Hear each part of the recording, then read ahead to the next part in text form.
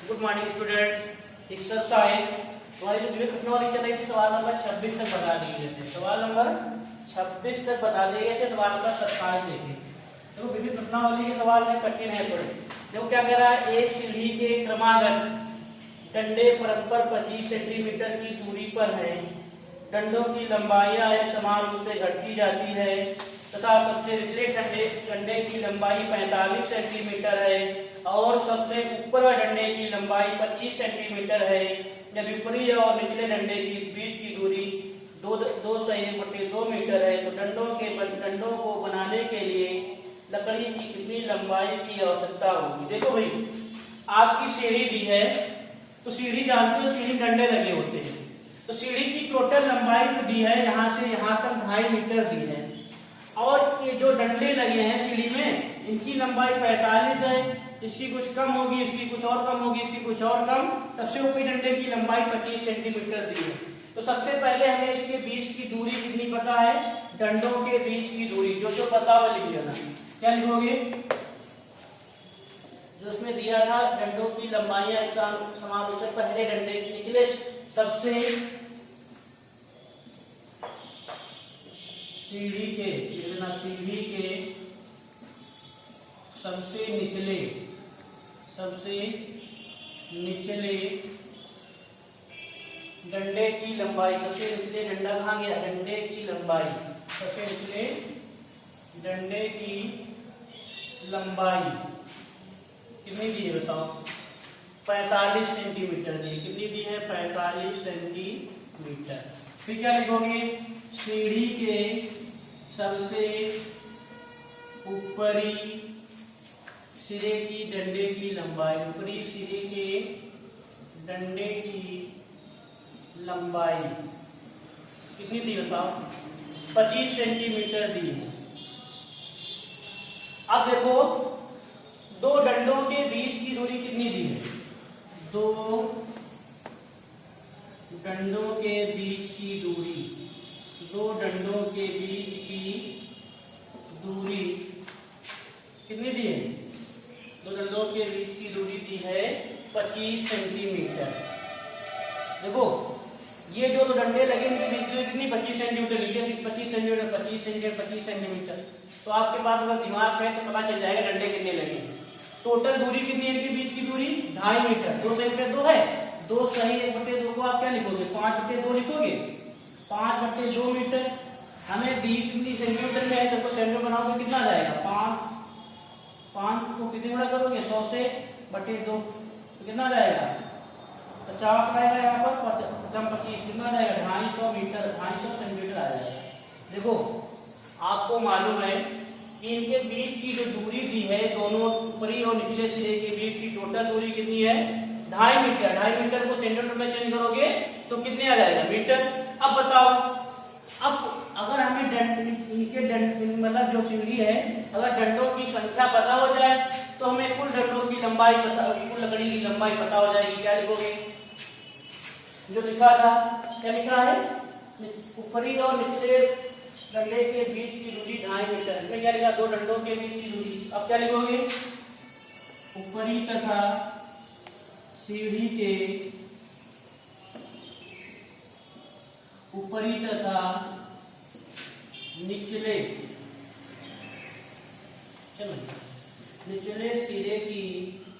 सिरों के बीच की दूरी, सिरों के बीच की दूरी कितने मीटर है, 2 सही 1/2 मीटर, मतलब कितना, 2.5 मीटर। तो इसको क्या करोगे, 5/2 मीटर को सेंटीमीटर बनाओगे, कितने गुणा करोगे, 100 से। तो यहाँ कितना रहेगा, 50 × 25 250 सेंटीमीटर। कोई दिक्कत। अब बताओ, अगर सीढ़ी की लंबाई पता हो गई कि हमारी कितनी है, 250 सेंटीमीटर, तो कह रहा है डंडे कितने लगे होंगे। तो डंडे कैसे निकालोगे, अगर कुल मतलब आपको कुल दूरी पता हो और एक डंडे के बीच की दूरी पता हो तो भाग करोगे 25, कितना जाएगा, 10 डंडे आ गए। जब 10 डंडे आ गए, लेकिन इसमें एक तो छूट जाएगा नीचे वाला, यहाँ तक तो आया, तो टोटल डंडों की संख्या कितनी हो जाएगी, 10 + 1 कितनी हो जाएगी, 11 डंडे आ जाएंगे। इसलिए कितने डंडे लगे होंगे, 11। तो क्या लिखोगे, डंडों की संख्या बराबर, डंडों, सही लिखा है, डंडों की संख्या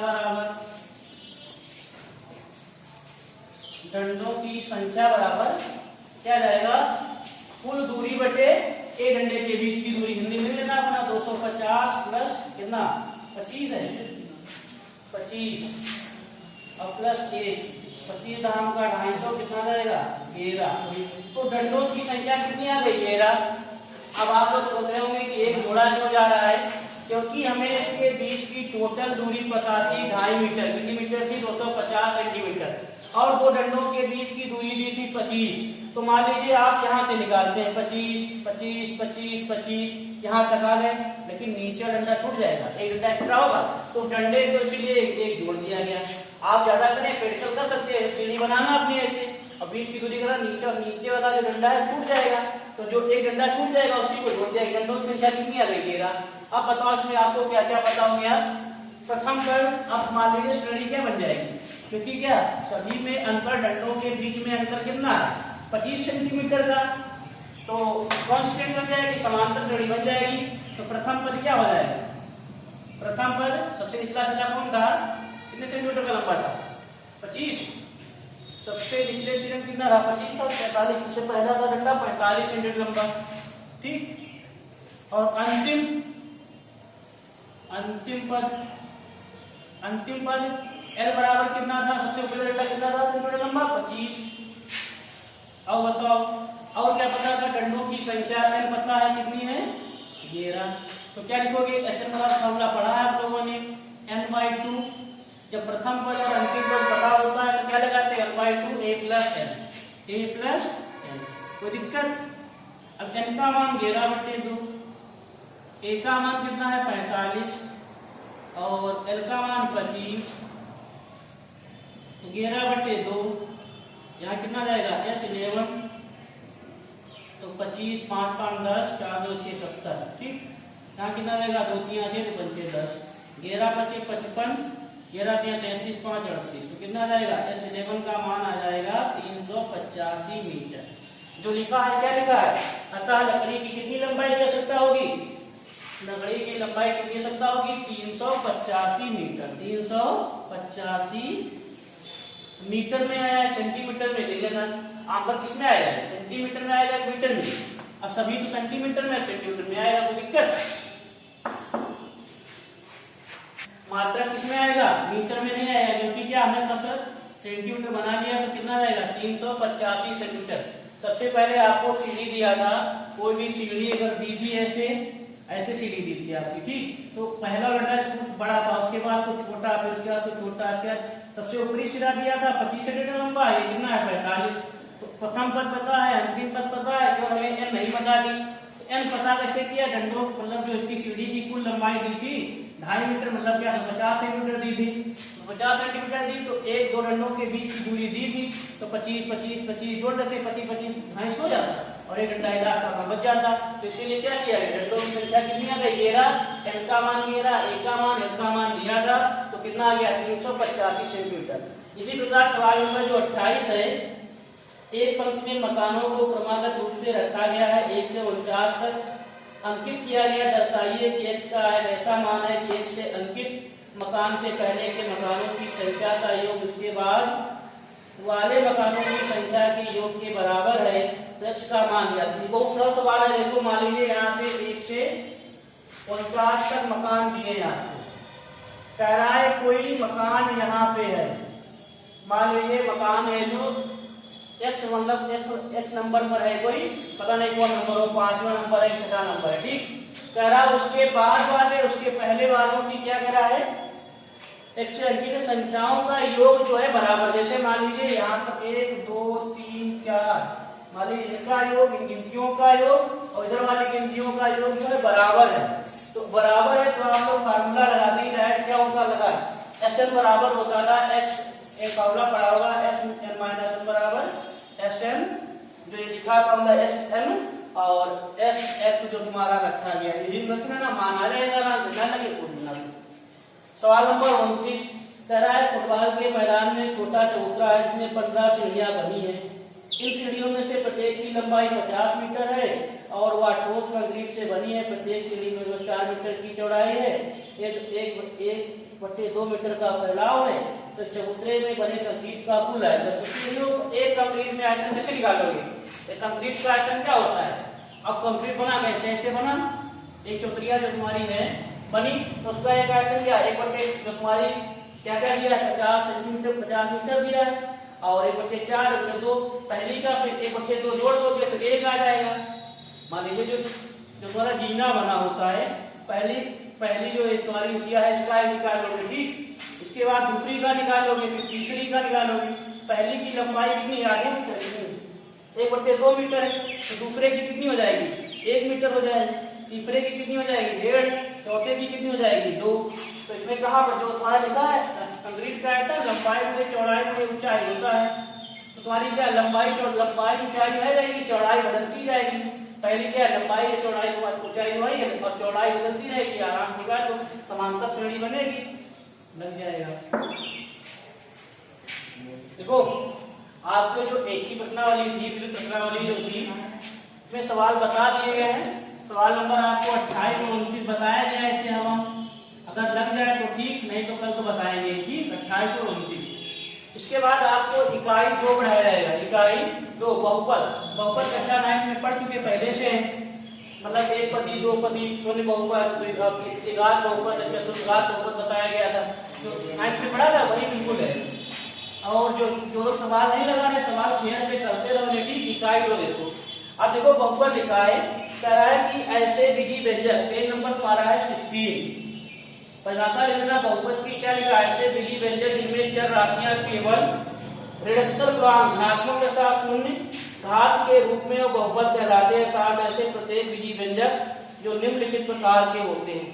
तुम्हारा देखो एग्जाम्पल लिखा है a0 a1x, तुमको 9 में बताया गया था। a0 a1x, फिर क्या बताया गया था? a2x a3x बताया गया था। ये तो बिल्कुल वैसे है।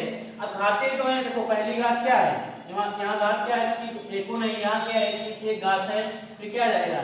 a2x2 आ जाएगा, फिर ऐसे घात बनती रहेगी। अब इसे बताया गया था, जैसे बताओ ये आता था x² 2x + 3। बताओ ये कौन सा बहुपद है? द्विघात है कि त्रिघात है?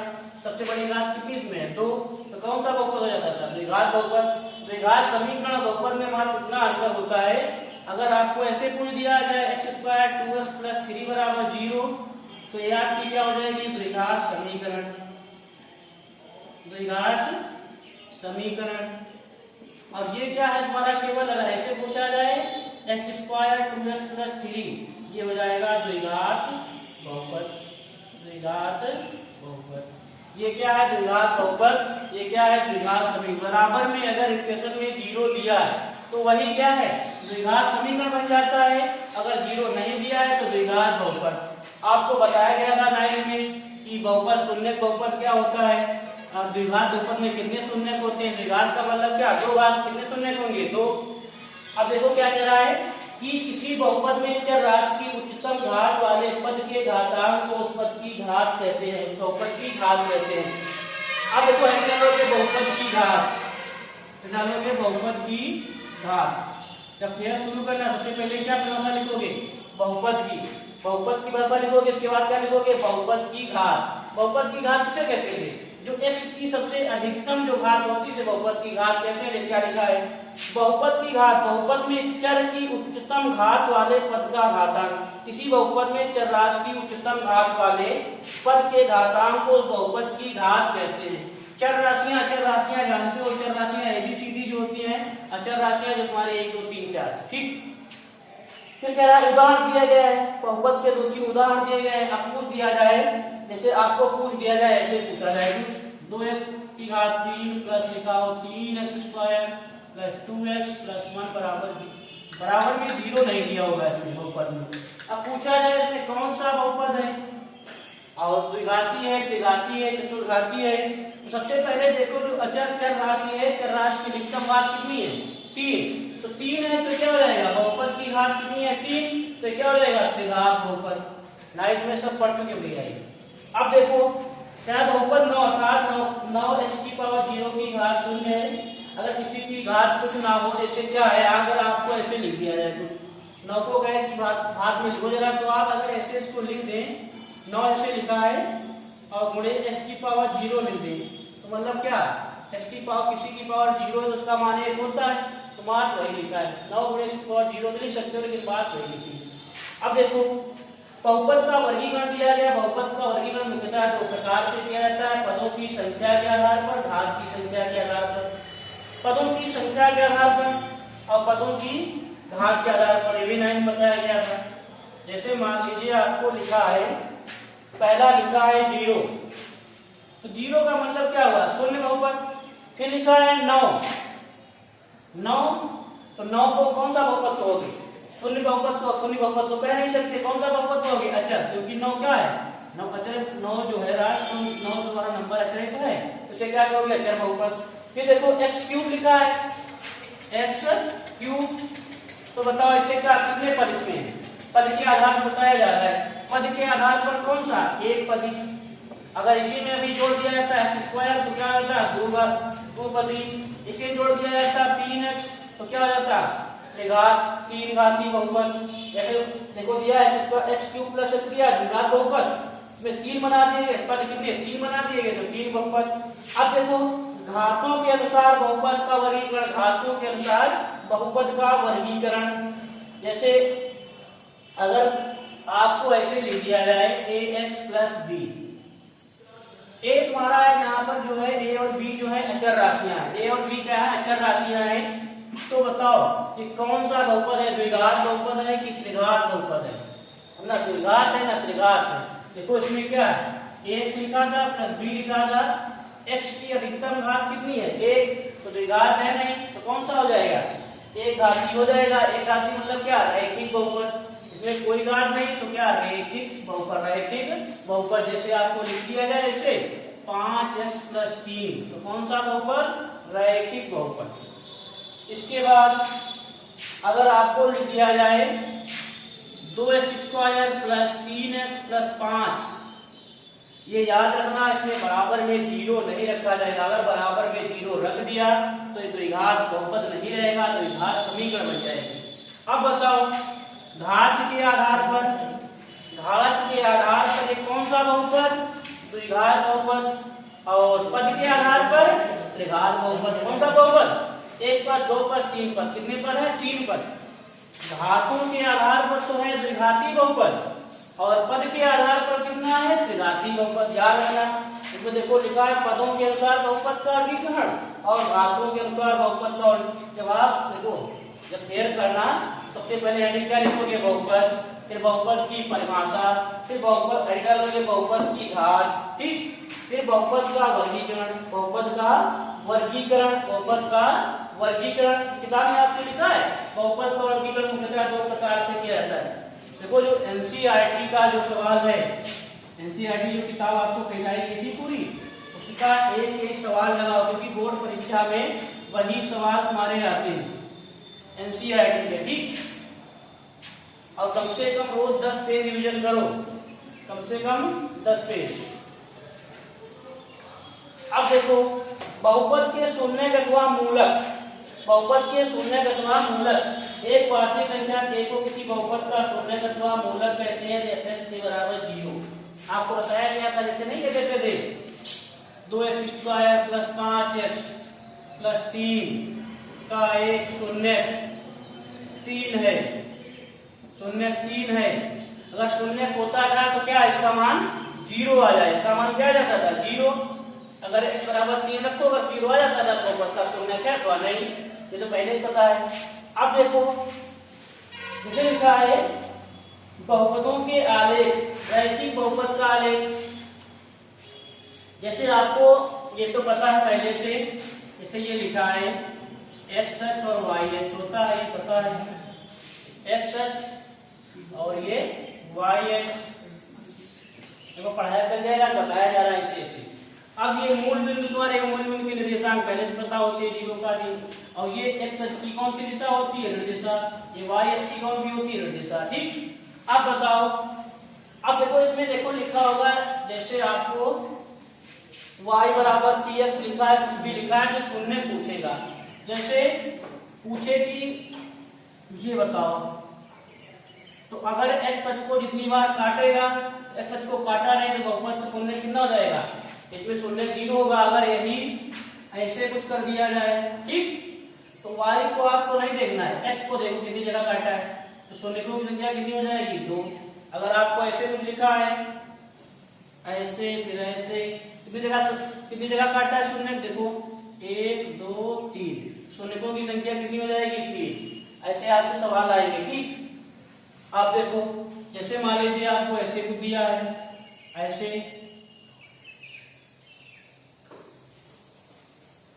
कुछ ग्राफ दिया है, तो अगर एक्स अक्ष पे पूछ रहा है तो एक्स अक्ष पे कितनी जगह काट रहा है, 1 2 3 4 5, तो शून्यों की संख्या कितनी हो जाएगी 5। इतना बड़ा देगा नहीं, आपको बहुत ज्यादा 3 4 तक देगा। ठीक, केवल इतना देखना है एक्स अक्ष को कहां पर काट रहा है, एक्स अक्ष को कितनी बार काट रहा है, 1 2 3।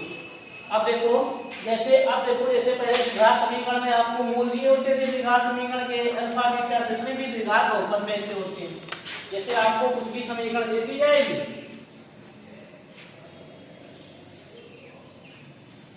जैसे द्विघात समीकरण, देखो द्विघात समीकरण आपको व्यापक द्विघात समीकरण यही पढ़ाई गई थी, a² bx + c = 0। द्विघात समीकरण का ये समीकरण, द्विघात और मानक द्विघात बहुपद क्या होगा, ये केवल 0 गायब हो जाएगा, a² bx + c, a² bx + c। यहाँ पर क्या होगा, तो जो अल्फा प्लस बीटा का मान, इसके भी दो शून्य होंगे, अल्फा का बीटा का मान, इसके भी -b5 होगा। ठीक, और जो तुम्हारा क्या है अल्फा इंटू बीटा का मान c/a होगा। ये द्विघात बहुपद के लिए, और द्विघात समीकरण के लिए यही होता था, केवल क्या बराबर में 0 रख दिया जाता था।